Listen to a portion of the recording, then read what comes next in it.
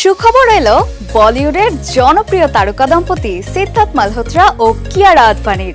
মঙ্গলবার রাতে মুম্বাইয়ের একটি বেসরকারি হাসপাতালে কন্যা সন্তানের জন্ম দিয়েছেন কিয়ারা আদভানি। পরিবার ও ঘনিষ্ঠ সূত্র জানিয়েছে, মা ও নবজাতক দুজনেই সুস্থ আছেন। নতুন এই অতিথিকে নিয়ে উচ্ছ্বাসিত কিয়ারা আর সিদ জুটি, যদিও এখন পর্যন্ত এই দম্পতি কোনো আনুষ্ঠানিক ঘোষণা দেয়নি। Times of India, Hindustan Times, NDTV সহ বিভিন্ন ভারতীয় সংবাদ মাধ্যম খবরটি নিশ্চিত করেছে।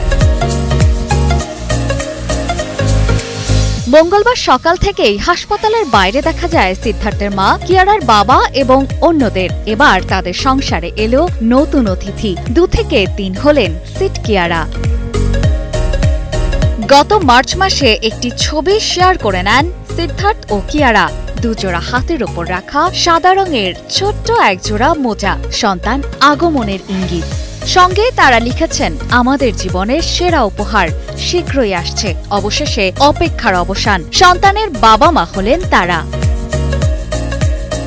গত মে মাসে মেট গালার মঞ্চে প্রকাশ্যে দেখা যায় কিয়ারাকে। অন্তঃসত্ত্বা কিয়ারা আত্মবিশ্বাস নিয়ে লাল গালিচায় হেঁটেছিলেন। তারপর থেকে আর ক্যামেরার সামনে আসেননি। দিন কয়েক ধরে হাসপাতালে যাতায়াত বাড়িয়ে দিয়েছিলেন,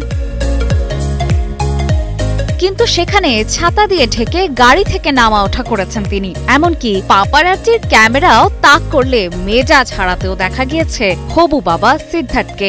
বলতে গেলে স্ত্রীর খেয়াল রাখায় কোনো কমতি রাখেননি সিদ্ধার্থ। অবশেষে বাবা হওয়ার সুখ পেলেন। দুজনের ভালোবাসাও পেল পূর্ণতা। অপর্ণা বর্ষা, কালের কণ্ঠ।